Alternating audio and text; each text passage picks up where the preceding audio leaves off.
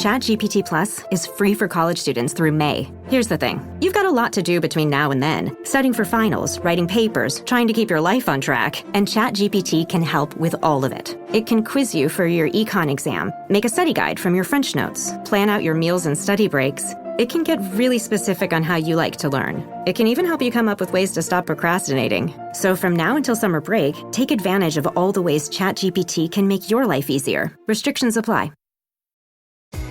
This episode is brought to you by Temptations Cat Treats. Your cat will come running for the perfectly irresistible Temptations Creamy Puree and Temptations Lickable Spoon Cat Treats. The best time to feed lickable cat treats to your cat is anytime. Feed by hand for a playful moment, in a bowl for a creamy treat, or as a topper to make mealtime fun. Visit TemptationsTreats.com to learn more.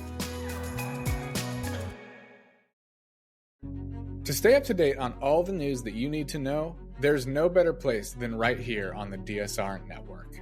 And there's no better way to enjoy the DSR Network than by becoming a member. Members enjoy an ad-free listening experience, access to our Discord community, exclusive content, and more.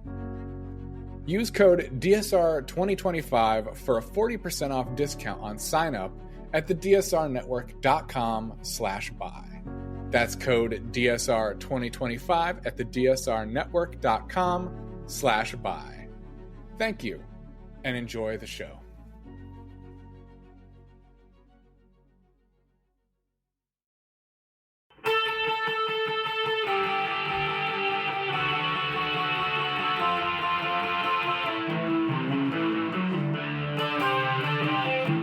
This is the Daily Blast from the New Republic, produced and presented by the DSR Network. I'm your host, Greg Sargent.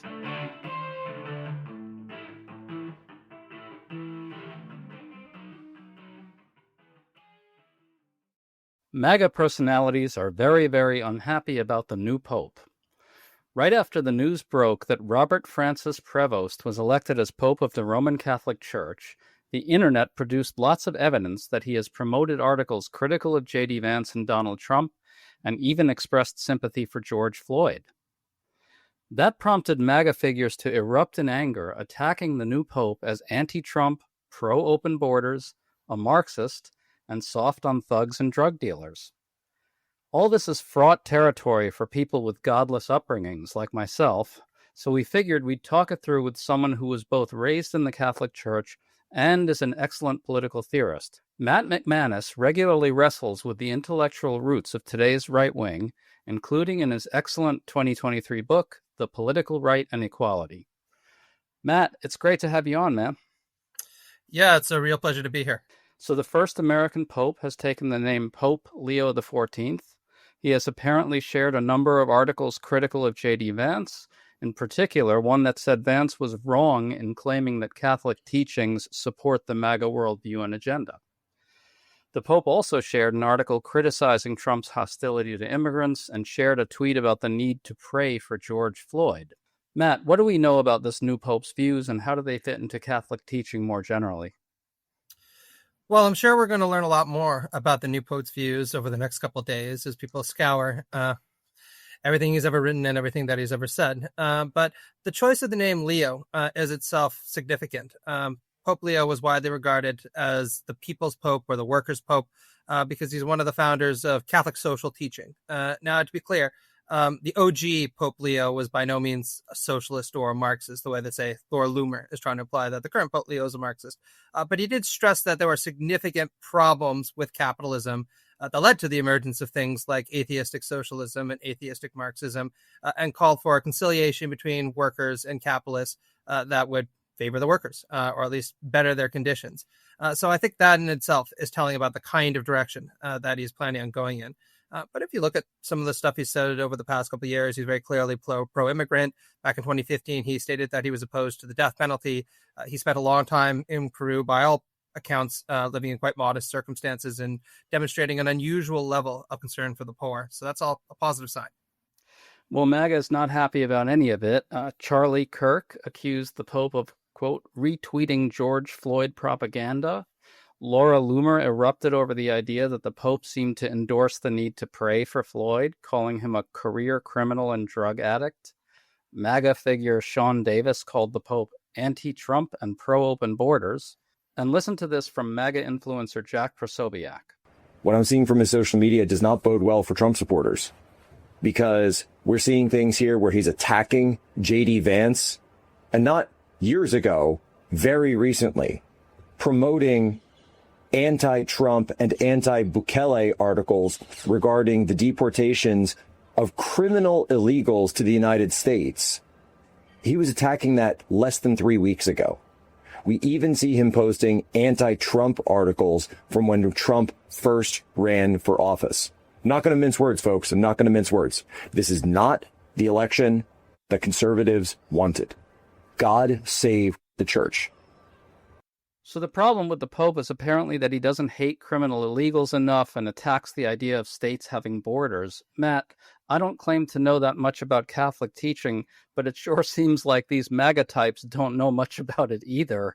Can you talk a little bit about what Catholic doctrine says about our duty to immigrants? Sure. Well, I don't think you can do better than the late Pope Francis, who my grandmother was a big fan of, not coincidentally. Francis stresses that it is important for states to have borders and for those borders to be taken seriously. But he also points out that Christ himself was a refugee to the kingdom of Egypt when his family was under significant threat, and calls upon us to remember the Samaritan lesson, that we're asked who is our neighbor. Our neighbor is anybody who follows religious teachings and demonstrating the level of care and love to another person that we're supposed to. And not coincidentally, the Pope in February implied very strongly that Vance and the current administration, to put it gently, weren't exactly living up to these Catholic ideals. Well, I want to bring up J.D. Vance here because he got into a direct dust-up, if you can get into a dust-up with a pope, with Francis. Vance is a high-profile convert to Catholicism. Recently, he claimed that the Trump MAGA agenda can be defended with the Catholic doctrine known as Ordo Amoris, which refers to the ordering of our ethical obligations outward. The basic idea is that even if God calls on us to love all people, the practical limitations on the help we can offer to others requires us to prioritize aid to those nearest to us. That's theoretically the idea anyway. Now, the previous pope criticized this, and the new pope tweeted out an article that also criticizes it. Matt, it seems to me that you can't defend the Trump MAGA agenda this way because it's not as if Trump is carefully ordering our ethical obligations outward. He's systematically abandoning any and all obligations to the global poor across the board. Can you talk about that in the context of Catholic teaching? Well, there's a lot of controversy about how Ordo Amoris is meant to be interpreted, and indeed how far back the history of the idea goes. Some people relate it back to, the Pauline kind of dictum about looking after your family and those close to you. A lot of people associate it with Thomistic thought, the thought of St. Thomas Aquinas as it developed in the medieval ages. In a lot of ways, Ordo Amoris is pretty commonsensical, right? This injunction that we should look after those close to us as kind of practice become more ethical and spiritually aligned persons strikes me as extremely wise. But the Pope quite rightly chastised Vance and Trump for interpreting Ordo Amoris in this kind of miserly way. The idea being that we only have so much love that we have to give, so we have to prioritize who we're going to give it to. But let's be very clear, even by this constipated understanding of what Ordo Amoris stands for, the current administration isn't doing a particularly good job, because it's not exactly like J.D. Vance and the Trump administration are showing an awful lot of love to their fellow American citizens. I don't think that chopping Medicare and Medicaid benefits to the very poor or sending American citizens to rot in jails far away from here is exactly expressing a great deal of love to our fellow citizens. Well, there are basically like three lanes you can criticize Vance on, and I'd like to try to work through each of them. The first is the one you just said, which is that it's not as if Trump and Vance actually recognize moral obligations to all Americans. Trumpism, and as you've written in one of your great pieces, is really all about casting a large segment of American citizens as an internal enemy. And really essentially turning loose the state on them, right? Mm-hmm. So there's that one. The second is that Vance basically, as you say, offers a miserly interpretation of Catholic teaching. But then there's a third, which is that there's no way to actually say that what Trump has done is in any sense an ethical obligation ranking outward, right?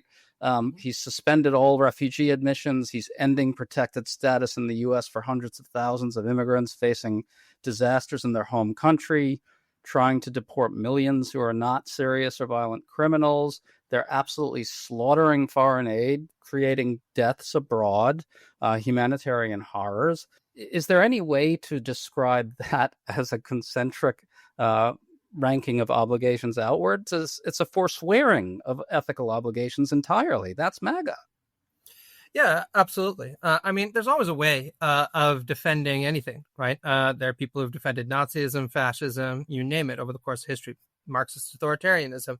But I think that any person who is genuinely concerned to get Catholic social teaching or just basic ethics right will look at what the administration is doing and say, not no way, not no how. Just to give one good example, one of the greatest Catholic thinkers of our current age is Charles Taylor from McGill University, formative influence on me, amongst others. And Taylor has reprimanded the Trump administration time and time again for a lack of ethical seriousness. And that's not meant to be a joke, right? It's not like there's anything funny about this. These are people who just think about the basic moral duties that most of us have and see them as not applying to them.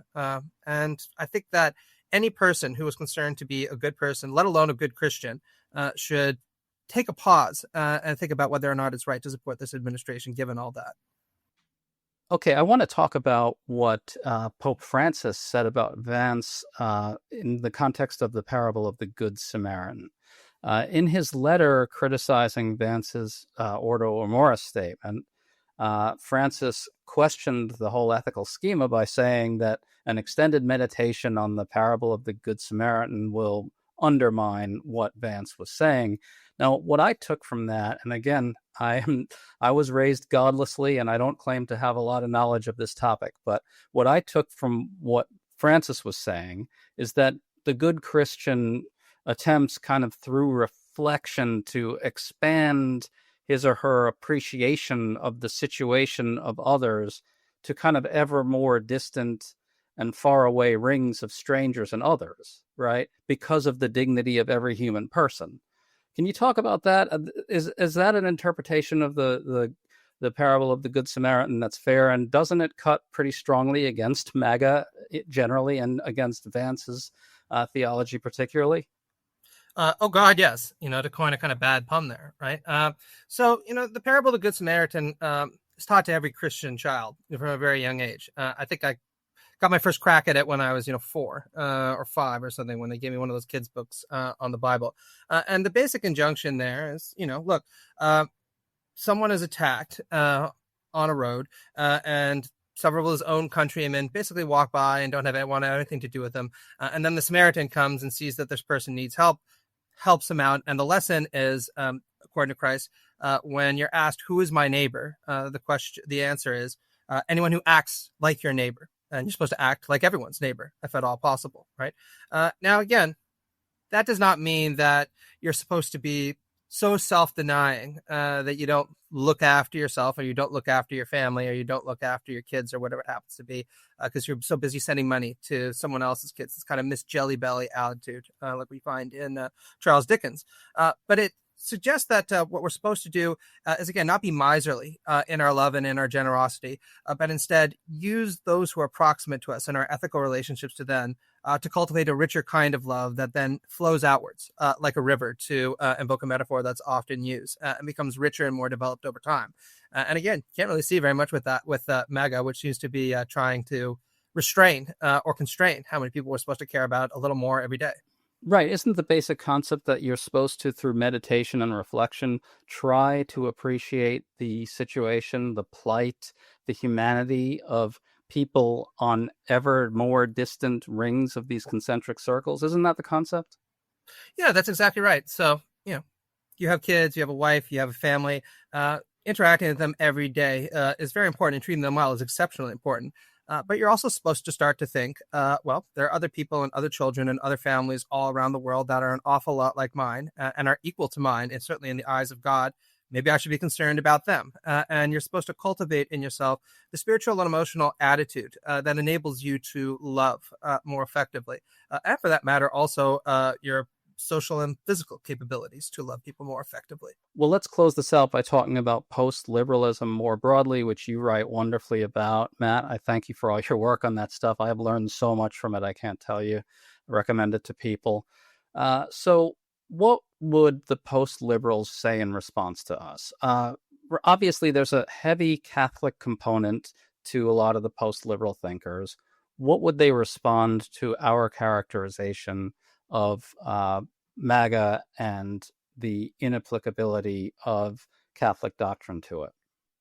Well, I think a lot of them would say just what J.D. Vance tried to say in that interview, which is that fundamentally we have duties to our families, our neighbors, our communities, and then our nations and our nation citizens first. And only then should we show any kind of concern for people in the rest of the world.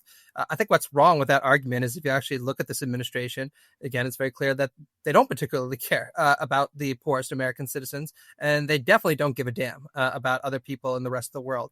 If anything, their attitude is we are allowed to do whatever it is that we want to the people of the rest of the world to advance our interests. And if that screws them over in any way, shape, or form, then tough shit. And you can call that whatever it is that you want. I like to quote Thucydides and the Melian dialogue to say that it basically boils down to them saying the strong will do as they will and the weak will suffer what they must. But it is not a Christian ethic. I wouldn't even call it an ethic of any sort whatsoever. Matt, what happened to Athens after that? Athens was defeated by its enemies, humiliated, and collapsed into the ash heap of history. And that should be a caution to anybody who decides that that's a dictum that is worth following. Well, MAGA is certainly not a movement that embraces humility in any sense, is it? No.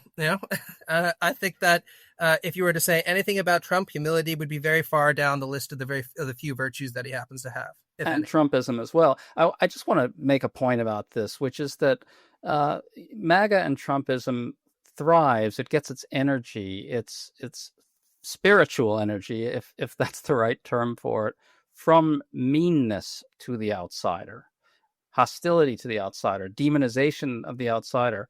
The post-liberal right simply won't reckon with this in any real sense, will they? What do they say about that obvious fact? Do they have anything to say about it at all? Sure. I mean, a lot of them will point out that the Lord works in mysterious ways, that sometimes a very imperfect vessel can nonetheless be a vehicle for advancing justice. Pat Deneen sometimes even talks about using Machiavellian means to achieve Aristotelian virtues. And my response to that would be ethics, and Christian ethics in particular, is an ideal. And you don't achieve an ideal by compromising it every chance you get to obtain power, let alone to try to do the cruel things that are on display to everyone day in and day out. So I just can't think that there's any way of making this intellectually palatable.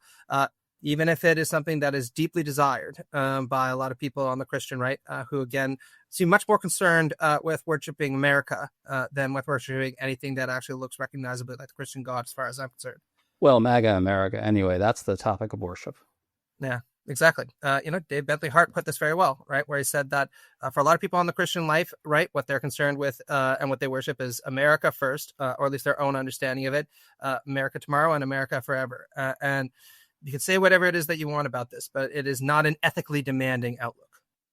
Well, just to finish up, all these MAGA influencers, these are not what you would call intellectuals, but they actually do drink pretty heavily from the stream of post-liberalism in some sense, right? If you look at someone like Charlie Kirk or Jack Posobiec or even Laura Loomer, the ones we talked about and the things they're saying now, what's the continuity between the intellectual roots of the post-liberal right and what we see from these kind of rather colorful figures here?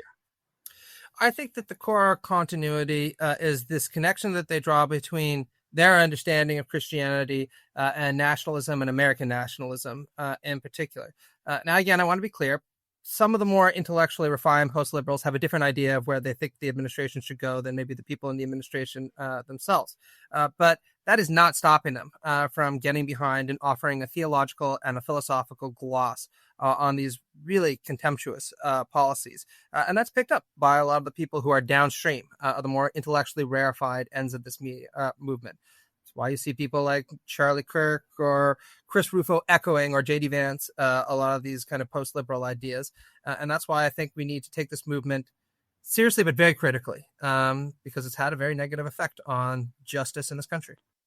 When these right-wingers say things like the new pope is a George Floyd fanatic and George Floyd was a drug dealer and a criminal, and that the new pope is pro-open borders and pro-illegals, isn't that itself kind of downstream from these intellectual movements? How do you draw that link from the intellectual roots of the new right, the post-liberal right? How does that flow right into the ugliness we see from these influencers? I think that what you see in a lot of forms of Christian nationalism is a distinct sense of moral superiority. Anglia Wilson wrote about this very artfully in her book, The Politics of Hate, which I recommend people look at. And if you have this sense of moral superiority, which many Christian nationalists do, it becomes very, very easy to judge others in a way that you're not supposed to if you take Christian ethics seriously. And not only to judge them, but to suppose that you are entitled to condemn them and to treat them in the worst possible terms. And again, you can call that whatever it is that you want, but you can't characterize it in any honest way as a Christian ethic. Certainly it's not the Christianity that I was brought up in or that my grandma taught me to take seriously. So the heaping of disdain and abuse on immigrants, illegals, George Floyd, that's downstream of Christian nationalism, basically? Absolutely, right? I mean, look, I'm not opposed to a genteel kind of patriotism, right? I'm from Canada, and I myself have felt a little bit patriotic recently, right? But that's very different than this kind of ethno-chauvinist attitude that says because we are the best or because we are better, we are entitled to do whatever it is that we feel we need to, not just in order to protect ourselves, but to advance our interest. And if that means being extraordinarily selfish and extraordinarily cruel, then so be it. We're entitled to do that.